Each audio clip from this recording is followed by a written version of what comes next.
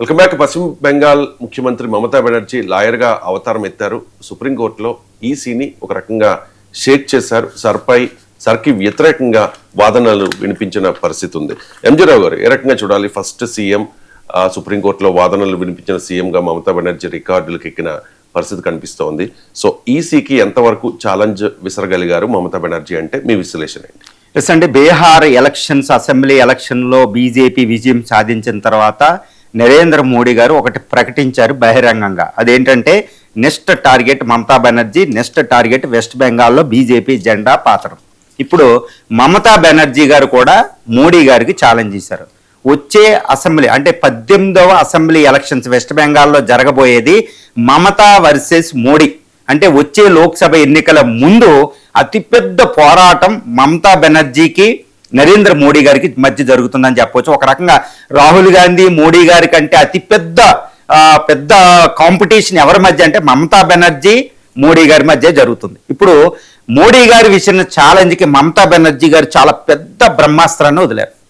మరి ఈ పోరాటం మరి ద గ్రేట్ మోడీ టీం ఏం వదులుతుందో చూద్దాం. ఇప్పుడు మమతా బెనర్జీ గారు ఏంటంటే ఒక నల్ల కోటు తోడుచుకుని డైరెక్ట్గా సుప్రీంకోర్టు ఆఫ్ ఇండియాలో వకీలుగా అవతారం ఎత్తారు.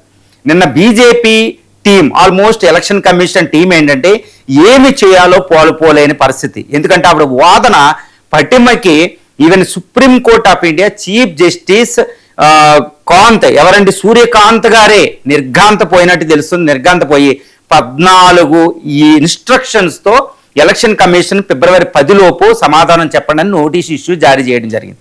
ఈవిడ వాదన అంటే దివాన్ అని ఇంకొక సీనియర్ మోస్ట్ అడ్వకేట్తో కలిపి ఆవిడ వాదనలను కొనసాగించారు. అటువైపు solicitor general, election commission senior మోస్ట్లు నాయుడు గారు, ఇలాంటి ఎంతో మంది అడ్వకేట్లు అక్కడ పార్టిసిపేట్ చేశారన్నమాట. చాలా పెద్ద వాదనలు జరిగినాయి. నేను supreme court of India almost entire country was focused on this issue అండి.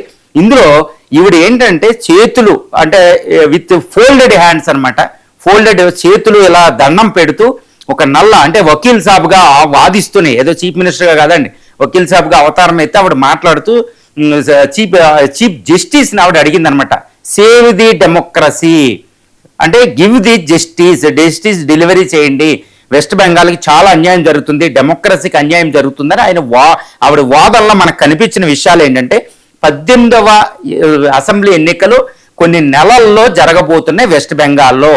ఇలాంటి తరుణంలో అన్టైమ్లీ, అసలు ఎంత హడావుడిగా అన్టైమ్గా ట్రాన్స్పరెన్సీ లేకుండా special intensive revision election commission నిర్వహిస్తుంది.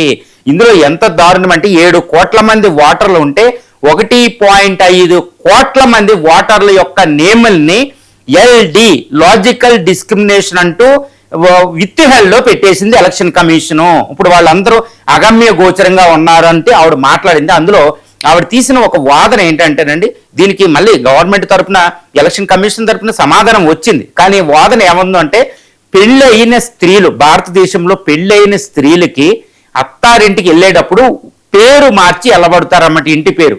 అలా ఇంటి పేరు మార్చిన స్త్రీమూర్తుల్ని కల్చర్లో కూడా ఇప్పుడు ఎలక్షన్ కమిషన్ సెన్సిటివ్గా తీసుకుని వాళ్ళను కూడా విత్యాల్లో పెట్టింది.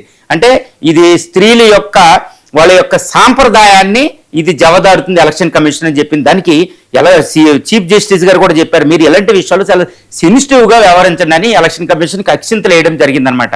దీంతో పాటు బిఎల్ఓలు 100 మంది చనిపోయారు. ఈవెన్ నోబెల్ లారెట్ అయిన అమర్త్య సేన్ గారిని కూడా వదలకుండా నోటీస్ ఇష్యూ చేయడం జరిగింది. దారుణంగా జరిగింది. తర్వాత ఆవిడ పెద్దది ఏంటంటే, ఇప్పుడు రాహుల్ గాంధీ గారు ఒకప్పుడు ఒక నియోజకవర్గాన్ని కర్ణాటకలో తీసుకున్నట్టు ఈవిడ కూడా సౌత్ కలకట్టాలో ఒక నియోజకవర్గాన్ని తీసుకుని అక్కడ టీఎంసీ గెలిచింది. ఇక్కడ 1,00,000 మందిని తొలగించారు. అదే టీఎంసీ అధికారంలో ఉన్న అసెంబ్లీ కాన్స్టిట్యున్సీలో 1,00,000 దాకా ఓట్లు తొలగిస్తున్నారు 40,000 నుంచి. అదే బీజేపీ అధికారంలో ఉన్న పార్టీ నియోజకవర్గాల్లో కేవలం 5-6 వేలు మాత్రమే ఓట్లు తొలగిపోతున్నాయి. ఇది టీఎంసీకి ఎగినెస్ట్గా చేసే పని తృణమూల్ కాంగ్రెస్కి. ఇది మీరు చూడాలి. ఇది డెమోక్రసీకి పెద్ద ఛాలెంజు. అంటే లెవెల్ ప్లేయింగ్ ఫీల్డ్ అనేది క్రియేట్ చేయడం ఎలక్షన్ కమిషన్ యొక్క విధి. కానీ అది చేయడం లేదు. ఈ టైం ఏంటి ఇంత అడావుడిగా చేయాల్సిన పరిస్థితి ఏంటి? 58 లక్షల మంది ఓటర్లను తొలగించారంటూ ఆవిడ వాదన కొనసాగించింది. ఈ వాదనకి సుప్రీంకోర్టు అగ్రీడ్ అవుతూ 14 విషయాల మీద మీరు రిప్లైతో రండి అని ఎలక్షన్ కమిషన్ వచ్చే సోమవారం ఫిబ్రవరి 10 లోపు రమ్మని ఎలక్షన్ కమిషన్కి ఆదేశించింది. అందులో ఏంటంటే ఆధార్ని యాక్సెప్ట్ చేయడం అనే దాని మీద ఒకటి, రెండు ఈ ఎల్డి లాజికల్ డిస్క్రిమినేషన్ మీద 1.4 crore ఓటర్లు మీరు పెట్టారు, వాళ్ళని ఆన్లైన్లో పెట్టండి, వాళ్ళని ఇప్పుడు దాకా తొలగించడానికి లేదు, దయచేసి తొలగించొద్దు అనుకుంటూ ఎలక్షన్ కమిషన్కి ఎన్నో విషయాలు చెప్పింది. మొత్తం అంతా ట్రాన్స్పరెంట్ మేనర్లో ఉండాలి. తర్వాత ఎలక్షన్ కమిషన్ ఇప్పుడు వెస్ట్ బెంగాల్ వాళ్ళు ఏంటంటే నాన్ కోఆపరేషన్ ఉందని ఎలక్షన్ కమిషన్ ఆరోపణ చేసింది.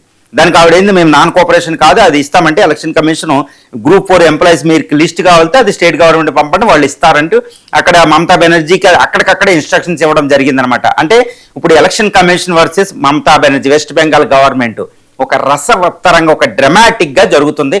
ఒక చీఫ్ మినిస్టరే డైరెక్ట్ గా నల్లకోట వేసుకుని డైరెక్ట్ గా సుప్రీంకోర్టులో కూర్చునేటప్పటికి ఎలక్షన్ కమిషన్ కి ఏం చేయాలో కూడా అర్థం కాలేదండి. గుర్తుపెట్టుకోవాలి, chief minister, women, she is talking about the democratic rights, she is talking about the justice and she is talking about the constitutionality అనమాట. ఒక లెవెల్ ప్లేయింగ్ ఫీల్డ్. ఎందుకంటే ఎలక్షన్ కమిషన్ కి ఆర్టికల్ 324లో రాజ్యాంగం కరెక్ట్ గా చెప్పింది అనమాట. ఎలక్షన్ కమిషన్ ముఖ్య విధి ఏంటంటే ఒక ట్రాన్స్పరెంట్ అంటే స్వేచ్ఛాయుత వాతావరణాన్ని క్రియేట్ చేయాలి ఎలక్షన్కి. తర్వాత పీరియాడికల్ గా ఎలక్షన్ ఓటర్ లిస్టుని సవరించాలి. మరి ఓటర్ లిస్ట్ పీరియాడికల్లీ సవరించాలి కరెక్టే, మరి జస్ట్ ఎలక్షన్ ముందు ఎందుకు సవరిస్తుంది అనేది ఒకటి తీసుకోవాలి. తర్వాత సిటిజన్షిప్ సెలక్షన్ చేసినట్టుంది. సిటిజన్షిప్ అనేది ఒక పౌరుడా కాదా, భారతీయ పౌరుడా కాదా అని చూసే ఒకటే ఒక అథారిటీ హోమ్ మినిస్ట్రీకి ఉంటుంది, అంతేగాని ఎలక్షన్ కమిషన్కి ఉండదు.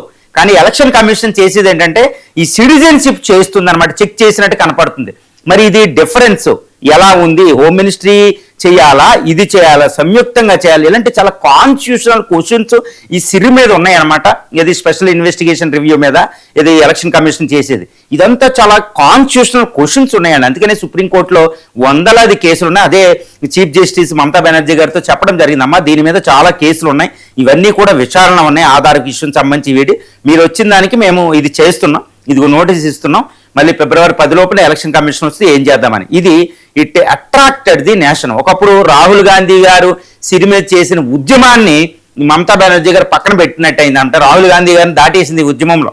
అంటే నేను ఇప్పుడు బీజేపీ వర్సెస్ టీఎంసీలో ఎవరు గ్రేట్ అని చెప్పడంలా, బట్ చీఫ్ మినిస్టర్ ఇట్ సెల్ఫే హెర్ సెల్ఫే ఇప్పుడు సుప్రీంకోర్టుకి వెళ్ళిపోయి ఆ వాదన అనేది ఇప్పుడు అట్రాక్షన్ అయింది. మరి ఎవరు గెలుస్తారు అంటే ఈసీకి అథారిటీ ఉంది, కాన్స్టిట్యూషనల్ అథారిటీ ఉంటుందండి.